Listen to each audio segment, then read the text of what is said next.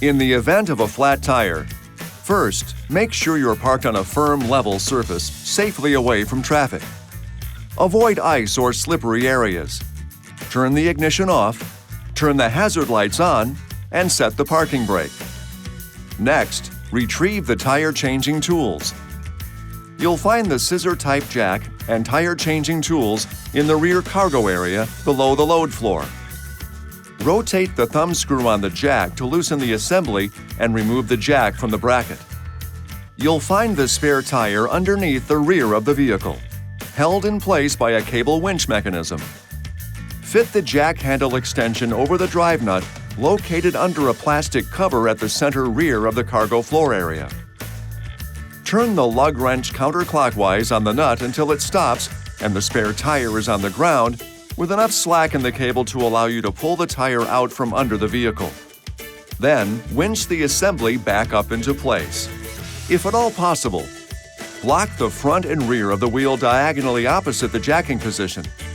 For example, if the left rear tire is damaged, block the right front tire. Now loosen, but do not remove the lug nuts, one turn counterclockwise with the wheel still on the ground. For the front axle, place the jack on the body flange just behind the front tire. To change one of the rear tires, place the jack on the flange just behind the hoist rear tie-down bracket and just in front of the rear tire. Cutouts on the sill molding indicate each jacking location. Attach the lug wrench to the jack tool with the hook. Do not raise the vehicle until you are sure the jack is fully engaged. To raise the vehicle, turn the jack screw clockwise. Raise it until the tire just clears the surface with enough clearance to install the spare. Remember, minimum tire lift provides maximum stability. Okay, now go ahead and remove the lug nuts and wheel.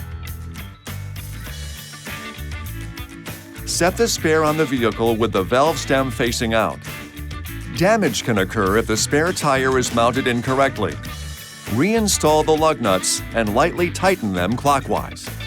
Now, turn the jack handle counterclockwise to lower the vehicle and remove the jack. Next, tighten the lug nuts.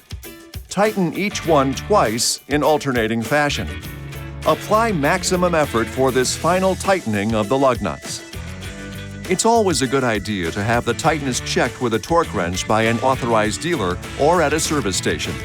Now, just secure the tire, jack, and tools in their proper locations. Remove the blocks from the wheels, and you're ready to go. This video is not intended to take the place of your owner's manual. For complete details and other important safety information, please see your owner's information.